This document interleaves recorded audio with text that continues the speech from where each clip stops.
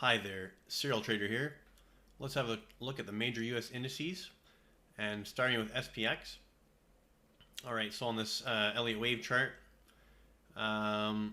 we've had a nice collapse downwards as anticipated, and we've gotten very close to the equality relationship between this initial move down from September to the October lows, and now our subsequent move down from our corrective high there. And you can pick either between this November 7th high or this December 3rd high. Technically, if I'm going to label a WXY, this is where the high actually ended, even though it's a lower price, a lower high. But either way, the relationship, if we go off of this point for equality, is 24.77.78. Now today, intraday, we got as low as 24.88.96. So within close to 10 points of hitting that equality relationship measured from this pivot. Now if we actually go and measure it from here instead, that actually is a little bit lower. And where does that put us? That puts us at 24.62.81. Okay, so those are the two equality levels, depending where you measure from. Really, they're within, a little over 10 points of one another, so it's not a big difference, however you want to measure it. But on a shorter term basis, it looks like we're proceeding down and forming a new 5-wave sequence. And, this initial move could still either be an A or a 1, and this correction up could still either be a 2 or a B. We don't know yet until this third leg down reveals itself, the severity and the distance traveled. That'll give us a more clear idea of whether this is a 1, 2, 3, 4, 5 in progress or just an ABC. Now, if it is just an ABC, we really should stall basically around this equality area down here. And at that point, there should be a, spectacular reversal and something very clear. Big volume coming in, a clear 5 waves up off the bottom that takes out multiple resistance levels. You'd want to see candlestick buy signals. You'd want to see all these things come together to be fairly confident. All right, we just have an ABC down, and now we're coming up to at least try and test new highs, if not make new highs. I don't think that's likely still. I'm still favoring that we got a 1 down, 2 up, and third wave in progress, and there's a few reasons. So on our shorter term wave count, we just have a 1, 2, 1, 2, and it looks like third of a third in progress. And you can't count a clean 5 out of this, okay? Until you can count a clean 5, there's just no reason to assume that you have one, okay? So right now we have an incompleted sequence as far as these subwaves to the downside. Now if I just go over here on the hourly chart, get a little more detail, you see we got 5 down for 1, 3 up for 2. We got another 5 down for 1, another 3 up for a smaller degree 2. So 1, 2, 1, 2. Now we're just in that third of a third wave. We still need to do a 4, 5 for that larger 3, and then a 4, 5 for that larger 3 still, okay?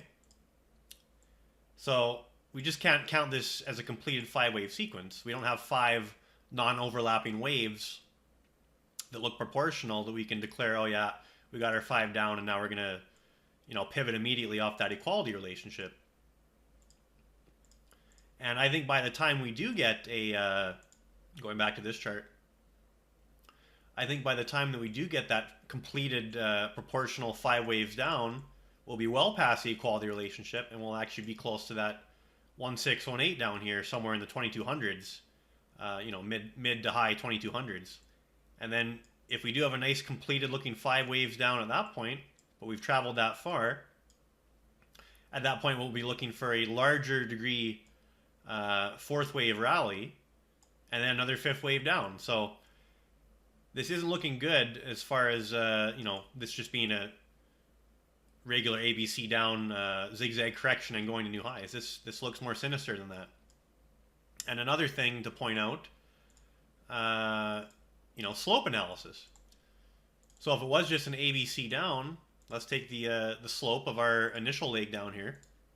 if it was just an ABC down, the first leg down should be sharper than this current leg down, and it's not. Okay, you see that currently we're a lot sharper than the initial move down, so this also favors that it's a third wave, not a C wave. Now, that's me measuring it from this pivot here, so clearly sharper from there. But what if I even, okay, measure from this pivot? Well, this pivot, it looks a little closer, but really this is the entire corrective move up. You can't just pick this first move up as being the corrective move up. So this, you know, from here, it's definitely sharper. A little bit subjective, but I think I'm on the right track here. Now, another thing. So what we should do now is also look at the parallel channel, and we'll do this.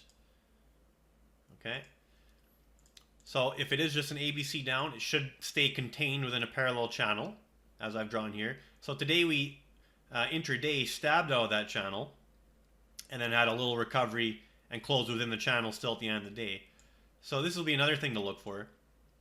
Okay, so if we get a clean break out of this channel, get well past the equality relationship wherever you want to measure it from, it's fairly similar where you measure it from anyways.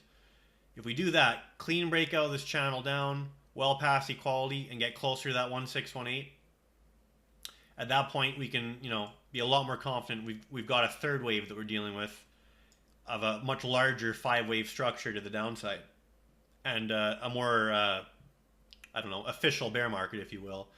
I mean, this is a bear market. It's just a question, is it the big one, or is this just a bear market? And currently things are kind of favoring that it's the big one. But of course, you can never be too sure of anything. You just trade, you know, one wave at a time, one trade at a time. From a trading perspective, it doesn't really matter. But I guess anyone concerned with their long-term investments, if they have any, or positions, it matters more, I suppose. You know, do you get out now before it gets even worse, or are we right near the bottom? That's kind of the question that people like that would want answered. And at this point, there's just no evidence we're putting in a bottom. And until there is, you know, you should probably just stay out of the way and get out. Okay. And also, let's see here. So on a, you know, looking at this, we had this little MACD trend line that we were cooperating with. Now we've obviously gone well below that, and we're going down again. And same with this RSI trend line. We've broken that cleanly, and now we're getting back into oversold territory. So you can see divergence isn't helpful when things are just trending strongly. Yeah, you get a divergence until you don't, and then you're just getting oversold again, as I mentioned in the last video.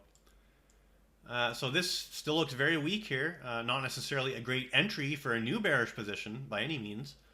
But certainly I don't see anything compelling here for a, you know, any kind of longer term buying opportunity.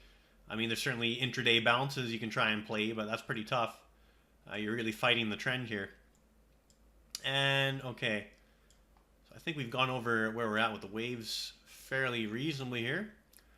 Yeah, we still just have an incomplete impulsive decline, even on the shorter time frame. It's not complete. So I would still expect more weakness before looking for some sort of significant pivot to the upside. Okay, well, we'll probably be good with that. We'll go over the Thinkorswim candlestick chart.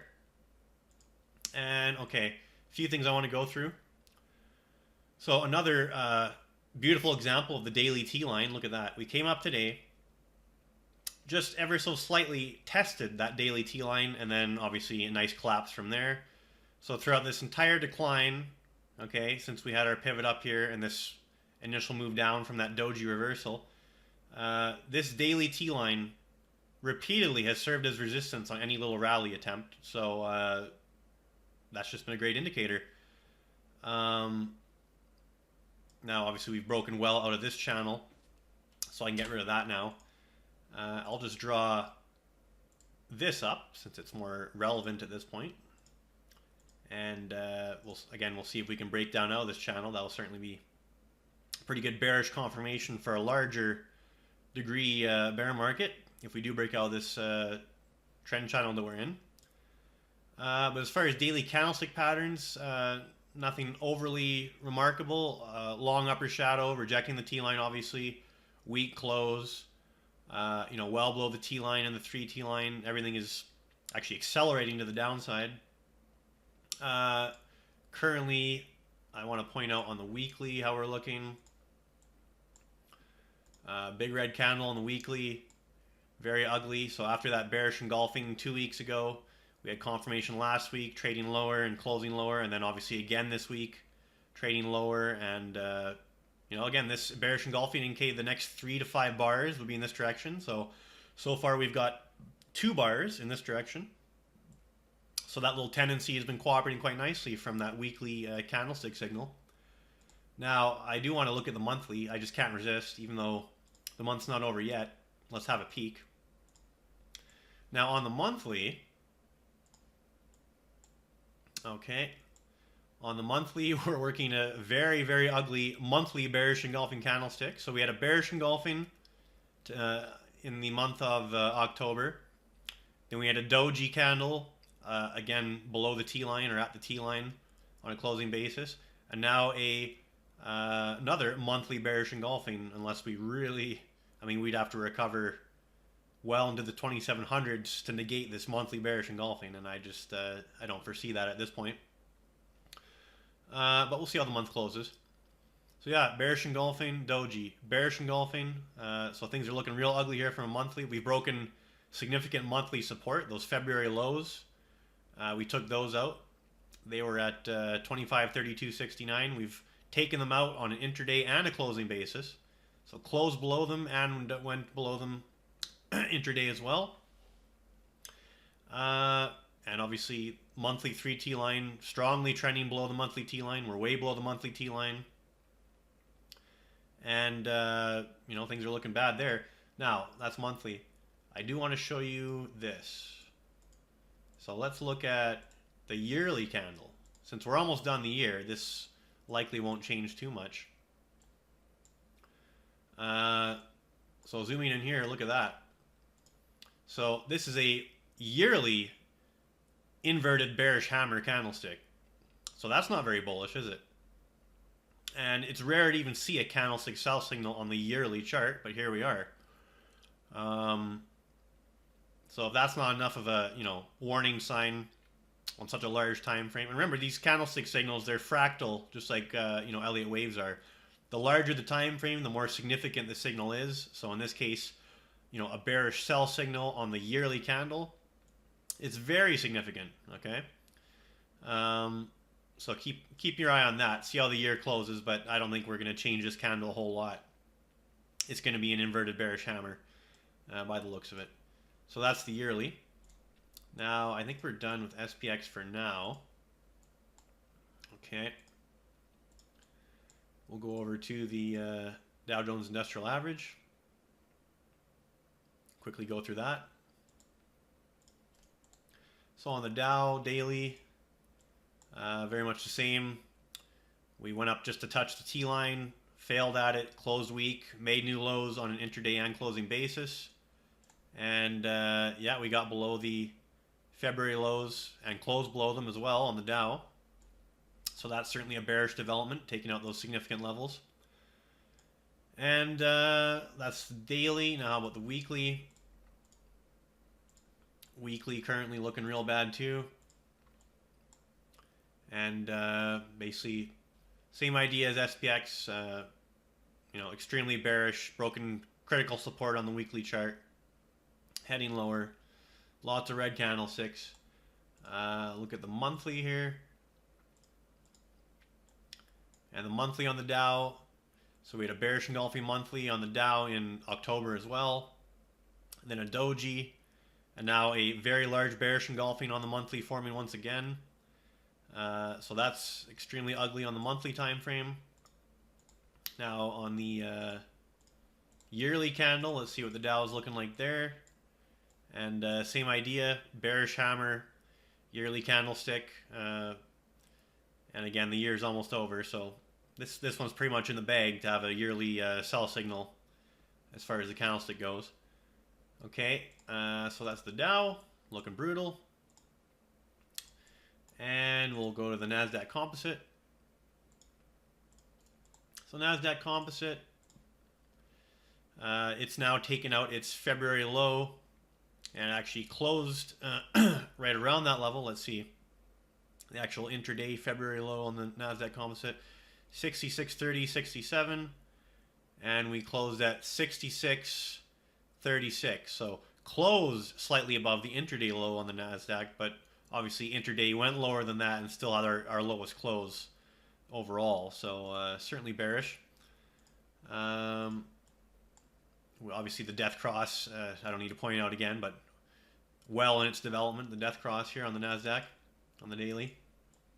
And Nasdaq just came up, touched that daily T line, failed nicely at it. So again, if you're looking for shorter term entries for selling opportunities or for buying puts or shorting futures, going up and touching this daily T line has been a pretty winning strategy. If you sell there, you've been rewarded many times throughout this decline. Now, at some point, that'll stop working, at least temporarily, while we do some sort of upward correction. But something to watch for. If you just can't get above that daily T line, it's a great selling opportunity, shorting opportunity. Okay, so that's the daily on the Nasdaq. Let's have a peek at the weekly. So weekly, we had that nice bearish engulfing 2 weeks ago. Then we had a bearish inverted hammer. And then this week, obviously, follow through from both those bearish candles. So weekly, very ugly.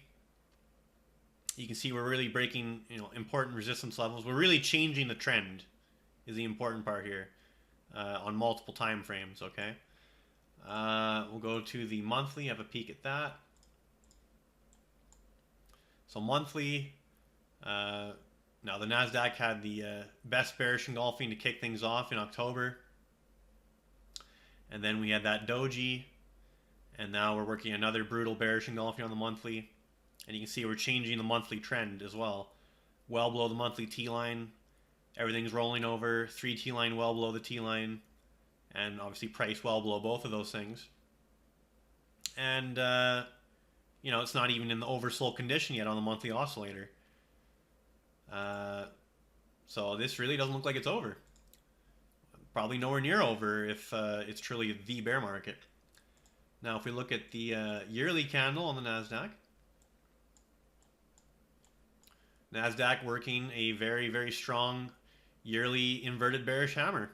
And you can see the very long upper shadow. This is probably the best looking bearish hammer of all 3 indices just because there is such a long handle on it and the hammerhead here at the bottom. So a yearly bearish hammer on the Nasdaq.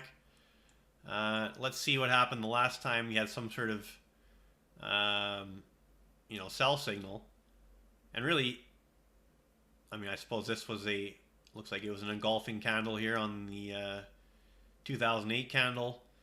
It did go a little lower in 2009, but not a whole lot. So really, you don't get too many of these actual yearly sell signals. Here was a decent one. That was a nice yearly reversal. Then you had 2 more significant red years. So that started in the year 2000. That was your sell signal. And then 2001, 2002 both went significantly lower. So usually on the yearly time frame, when you get a sell signal, it's not going to be over in a few weeks or a few months, right? It is the yearly time frame after all. Okay, so that's the yearly on the Nasdaq, looking horrible.